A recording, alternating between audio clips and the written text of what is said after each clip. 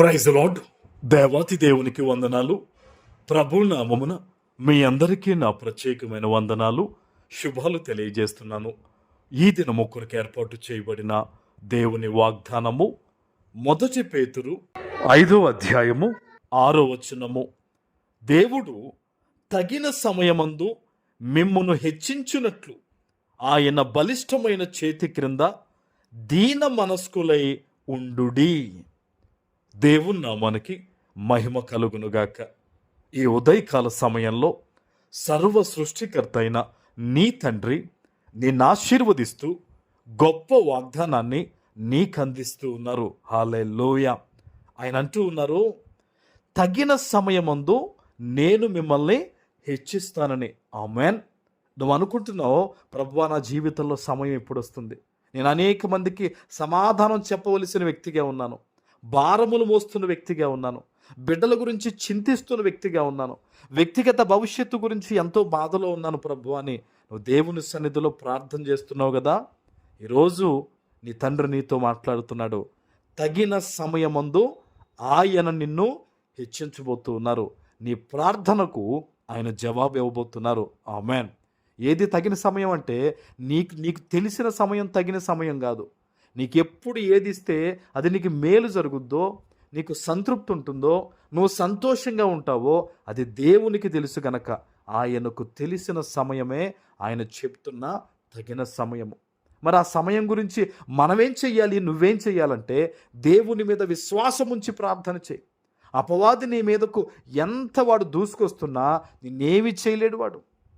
వాడు దూరం నుంచి నీ మీదకు గర్జించు సింహం వలె వస్తూ ఉంటాడు. కానీ నువ్వు గుర్తుపెట్టుకోవాలి, నిజమైన సింహము మన యేసయ్య. వాడు నిన్ను ఏమీ చేయలేడు. నువ్వు ప్రార్థన చేస్తున్నంతసేపు కూడా దేవదూతల సమూహము నీకు తోడుగా ఉంటుంది. నీ బిడ్డలకు దేవుడు కాపుదలుగా ఉంటాడు. నీ సమస్తానికి కూడా యోబు సమస్తానికి వేసిన కంచె వలె దేవుడు నీ చుట్టూ, నీ సమస్తము చుట్టూ నువ్వు ప్రార్థన చేస్తున్నంతసేపు ఆయన కంచె ఉంటుంది. ఆమేన్. ఈరోజు ఎక్కడి నుంచి వాగ్దానం వింటున్నావు? ఎటువంటి పరిస్థితుల మధ్య ఈ వాగ్దానం వింటున్నావు? మరికొద్ది గంటల్లో నువ్వు నూతన నెలలోకి వెళ్ళబోతున్నావు కదా. దేవుడు ఒక బహుమానం దాచుంచాడు నీకు. ఆమేన్. అందుకనే బహుశా ఈరోజు ఈ వాగ్దానం ద్వారా ఈ నెలలో ఈ ఆఖరి దినాన దేవుడు నీతో మాట్లాడుతున్నాడు. తగిన సమయముందో నేను మిమ్మల్ని హెచ్చిస్తాను. మీరు ఏం చేయాలి అంటే ఆయన చేతి క్రింద దేన మనస్కులై ఉండాలి. ఆమేన్. ప్రభు కార్యాలు జరిగించట్లేదనో, నీ జీవితంలో ఏదైనా పొందుకోలేదనో, నువ్వు లోక సంబంధంగా బతకడానికి వీల్లేదు. ఆ చూపులు కానీ, ఆలోచనలు కానీ, మాటలు కానీ, ఇంక లోకస్తులు జీవించినట్టుగా జీవితము కానీ నీలో ఉండడానికి వీల్లేదు. ఎందుకంటే నువ్వు ప్రత్యేకించబడిన వ్యక్తివి. దేవుని దీవెనలు, ఆశీర్వాదానికి నువ్వు అర్హుడివి గనక నువ్వు ప్రత్యేకంగానే జీవించాలి.